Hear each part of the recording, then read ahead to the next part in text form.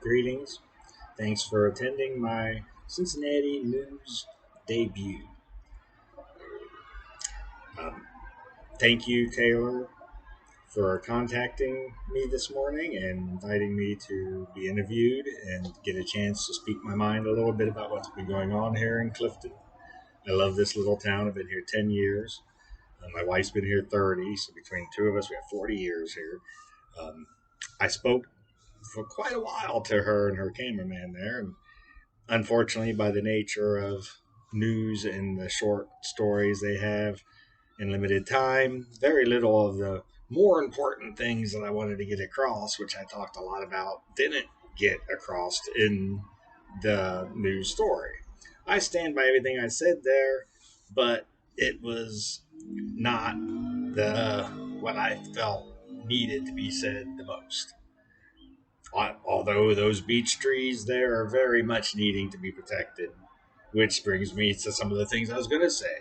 The CTM, the Clifton Town meeting, from what I understand, had a large professional, prepared resolution submitted to the park board a number of years back when this first idea was coming up to put a dog park in Burnett Woods, stating that they were against the idea because of the damage to the beech tree grove.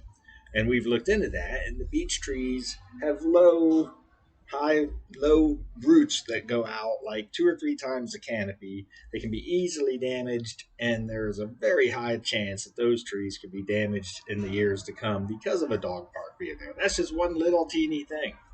But the fact that the CTM said, no, we don't want it, and then later also made a list of principles after they fought to have a dog park at the Moore Park down the road and were defeated because they followed proper procedure. Their principles, they don't follow for much of this at all. There was not supposed to be any green space in a park taken for a dog park. That was number one on their list. That's all been made public knowledge. It's in our group on Facebook. I'm not going to cover all the procedures right here, the principles that they decided upon. But now they are not going to make a statement. They're staying out of it, it appears, and allowing this small, what seems to be a small group of Cliftonites, because they've done no proper procedure, there's been no proper surveys done. They tell us that the majority of Clifton, the people proposing wanting this dog park, tell us the majority of Clifton all want this, but yet they can show us no evidence of that. While we have a large petition that's going through change.org that's gaining numbers. We're up to like 750 on there now. We've had numerous people showing up at the park board. They've been told we haven't heard anything we haven't heard before. Right before they increased the funding from $150,000 to $300,000 for this dog park. That's $300,000 of taxpayer money that's coming to pay for this little dog park for the local community that had little pup parties down the road and want their own space.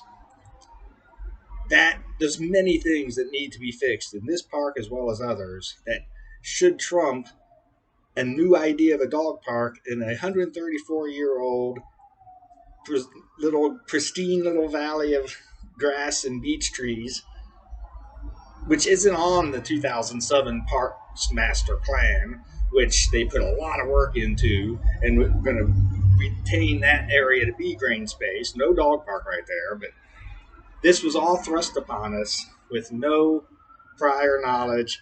As soon as when we heard about the potential of a dog park, there was a CTM Clifton Town meeting online, and Barron, the park man that was talking on the news thing, he came to this meeting. We all believed when we attended that this was going to be a discussion, hoping for the best.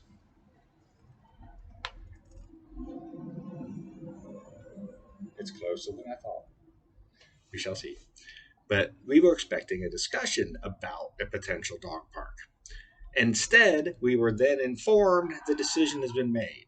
He agreed that they didn't do proper procedure, but the decision they're just going to roll with this one and they'll do better next time. I'm paraphrasing, but that's the gist of what he's told us. Pretty much, hey, we didn't do it quite right. We'll do better next time. Well, for Denor Park, they did everything proper. They did the proper procedure. people got to do proper surveys, environmental impacts, all that stuff. It was turned down. It was not going to be allowed to be there. They set their eyes on Burnett Woods without any proper procedure done. No surveys to the neighbors. I live 75 steps from this spot. My neighbors on the other side of the building look out their balcony. It goes down this hill. It's going to become a dog park. The neighbors sled there. We have foreign people that have never seen snow before. They come, they go out here, and they have snowball fights, and they're just having glee. College students that have come from India. This is their first time in snow. All that, people say this spot of the park isn't even used. That's not true. They say a lot of things that aren't true. They allow no two-way conversation on this. If you speak up about it, you get removed from the Facebook groups or the social media area that you're speaking up about it, because the moderators and admins want the dog park. They're part of that group that wants the dog park. I'm asking, and so is everyone else, we have so many people. The Burnett Woods Advisory Council, the park's own Burnett Woods Advisory Council, has very vehemently opposed the dog park. The local Sierra Club opposes the dog park. The Cincy Hillside Trust opposes the dog park. The Coreyville and Clifton Heights town councils have written letters in opposition of the dog park. Preserve Burnett Woods has done a lot towards it. They have a 17-page resolution that they sent in that you can check out on their Facebook page. And they also right now have a spot where you can very easily do a form to send in your thoughts about this dog park and have it emailed to a number of places, including the Parks Board and the mayor. They're doing a lot. The Clifton Town Council did that resolution they sent in and did their principles. They're keeping quiet now. That's a lot of people. The UC students for environmental studies have a club, the UC students for Burnett Woods. Them and their professors are all against it. The park board won't listen to any of that. That's been told to them. They say they've heard it all before. Pretty much, I could go on for a long time. What I'm getting at is that no proper procedure is done. $300,000 of taxpayer money is going to desecrate a fabulous piece of land instead of finding another place that's already degraded to build it back up, to make it something good for them. I don't care if they have a dog park. Go for it if you want a dog park. Don't take the precious green space that was allotted here, that's part of a green Cincinnati plan. I mean, it goes against everything. It goes against logic. It goes against science. Do a proper survey. Unbiased, third party. Do environmental impact surveys, unbiased, third party. Let everyone speak their mind, and then we'll see where we go from there.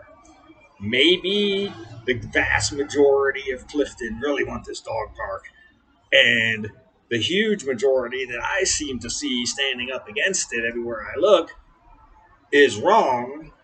But until they allow some sort of survey, how will we know? Right now, they speak the truth they want to believe, and they won't listen to anyone else's truth, no matter how much that truth is backed by science and common sense. This is where Clifton stands. Clifton community is divided. It's not a pretty picture around Clifton right now.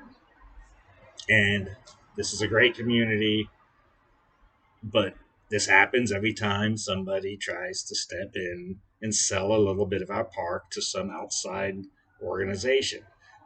That's what's happening here. A group wants a little dog park, so they figured out how to get the city to pay.